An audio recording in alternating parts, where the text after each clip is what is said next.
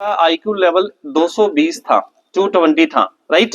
अगर हम बात करें उनके ब्रेन का, जब एक्सपायर हुए थे तो उनके ब्रेन का रिसर्च हुआ था, तो आप कोई बच्चा आइडिया लगा सकता है कि कितना ब्रेन यूज हुआ होगा? हम परसेंटेज की बात करते हैं, 100% में से आइंस्टीन का ब्रेन कितना यूज हुआ होगा? कोई बच्चा अगर एक आइडिया लगा के मेरे को बता सके। यस, कोई भी बच्चा एक आइडिया लगा के कोई बता सकता है?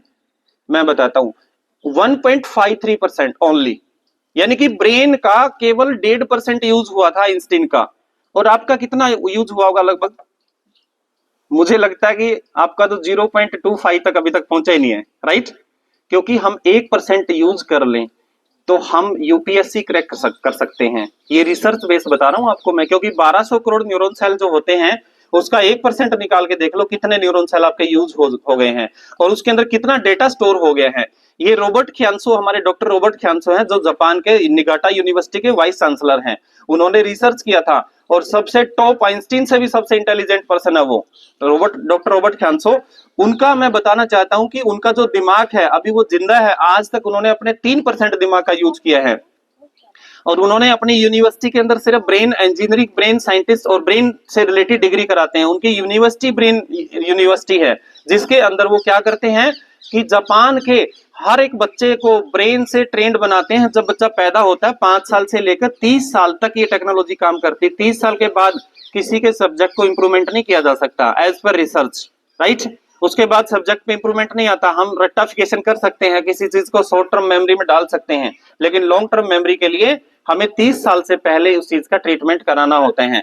तो इसमें क्या होता है, मैंने आपको बताया कि जो टेम्परल लोब होता है वो हमारा क्या करता है, लैंग्वेज को पढ़ाता है। अब जो बच्चे डॉक्टर बनना चाहते हैं उनके लिए विशेष तौर पे मैं बताना चाहता हूं कि जो डॉक्टर बनना चाहते हैं उनका जो पार्ट होता है वो पार्ट होता है ओसीपटल पार्ट। जैसे आप सारे बच्चे पीछे हाथ लगाओ, यहाँ पे जो हमारा पीछे वाला पार्ट है, यहां से हम डॉक्टर बनते हैं, राइट। ये होता है ओसीपटल लोब। ओसीपटल लोब में हम जितने भी प्रैक्टिकल सब्जेक्ट होते हैं वो सारे के सारे सब्जेक्ट हम ओसीपटल से पढ़ते हैं। कौन से सब्जेक्ट आपके प्रैक्टिकल बताओ? Science, drawing, computer, science, drawing, computer, और कोई भी प्रैक्टिकल सब्जेक्ट आता है वो सारा का सारा ओसीपटल के अंदर जो न्यूरॉन सेल होते हैं वो इंफॉर्मेशन को कलेक्ट करके आपकी मेमोरी में डालने का काम करते हैं। और इसमें आप सभी बच्चों के न्यूरॉन सेल को मेजरमेंट किया जा सकता है। ऐसे इंस्ट्रूमेंट भी आ चुके हैं आज के दिन। हमारे CBR centre for brain research Bangalore के अंदर रॉबर्ट ख्यान्सो जी ने एक यूनिवर्सिटी बनाई है अभी, ठीक है, हाल ही में। उस यूनिवर्सिटी में इंडिया के हर बच्चे का ट्रीटमेंट करने के लिए उन्होंने अपनी यूनिवर्सिटी को ओपन किया है। और उस यूनिवर्सिटी के अंदर सिर्फ और सिर्फ बच्चे के सब्जेक्ट पे इंप्रूवमेंट करने का काम करेंगे वो। जिस बच्चे को मैथ नहीं आता और बच्चा मैथ की वजह से अपनी पूरी लाइफ को खराब कर लेता है, क्योंकि उसे एग्जाम पास नहीं होने, मैथ नहीं आता, रीजनिंग नहीं आती, रीजनिंग नहीं आती तो फिजिक्स के न्यूमेरिकल नहीं आते, तो लगभग 100 में से 25 नंबर बच्चे के खराब हो जाते हैं। और पता है ना, मैथ जिसको नहीं आता तो और सब्जेक्ट में भी काफी वीक माना जाता है। मैथ के साथ साइंस भी कनेक्टेड होता है ऑटोमेटिक, राइट। आगे बात करते हैं हम मैथमेटिक्स की, जो कि एक बहुत ही खतरनाक सब्जेक्ट माना जाता है। अपने आप में बच्चे छोड़ देते हैं लास्ट में, 10th के बाद में। आप सारे बच्चे जो है ना, अपनी चोटी जो होती है ना, आपको पता है चोटी कहाँ होती है? जो चोटी के नीचे भाग होता है इसको बोलते हैं पेरिटल लोब। क्या बोलते हैं? पेरिटल लोब बोलते हैं। और पेरिटल लोब से सारे के सारे कैलकुलेशन वाले सब्जेक्ट पढ़े जाते हैं, जहां पे अकाउंट्स की बात करें, मैथमेटिक्स की बात करें, रीजनिंग की बात करें, या फिर फिजिक्स के न्यूमेरिकल जहां से हम सोल्व करते हैं, तो आपके पेरिटल लोब का जो न्यूरॉन सेल होते हैं ना, वो उसको एग्जीक्यूट करते हैं। क्लियर है? और जो बच्चे गेम खेलते हैं, गेम वाला पार्ट होता है motor cortex part. Motor cortex part हमारा चोटी से थोड़ा आगे बढ़ते हैं, ये वाला हिस्सा होता है जो, ये मोटर कॉर्टेक्स पार्ट होते हैं। ये हमारे सब्जेक्ट से संबंधित सारी चीजें हमने बता दी हैं। अब इसमें एक सब्जेक्ट बच गया, एसएस। एसएस बताओ मुझे, कैलकुलेशन वाला सब्जेक्ट है?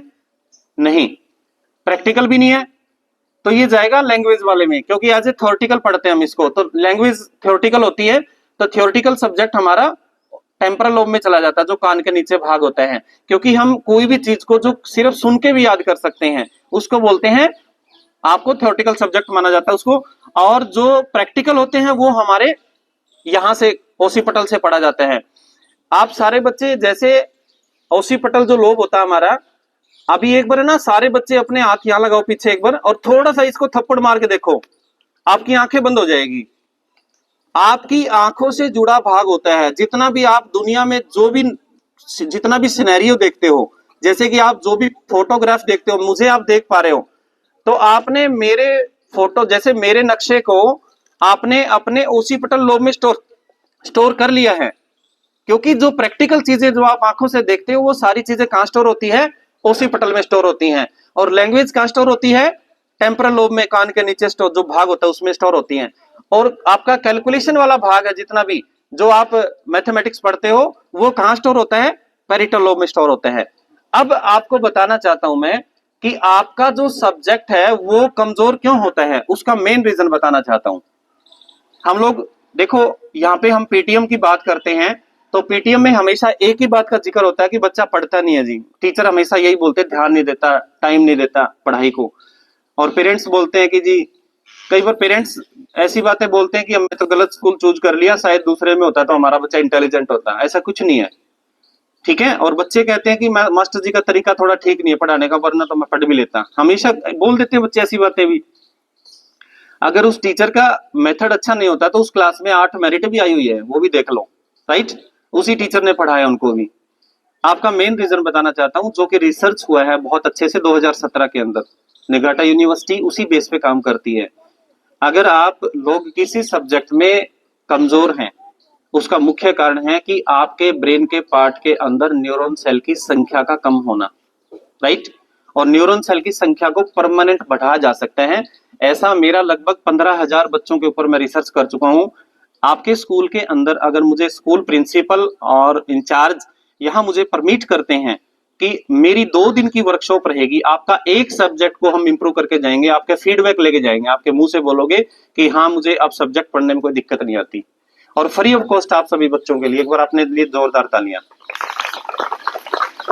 मेरा जो ट्रेनिंग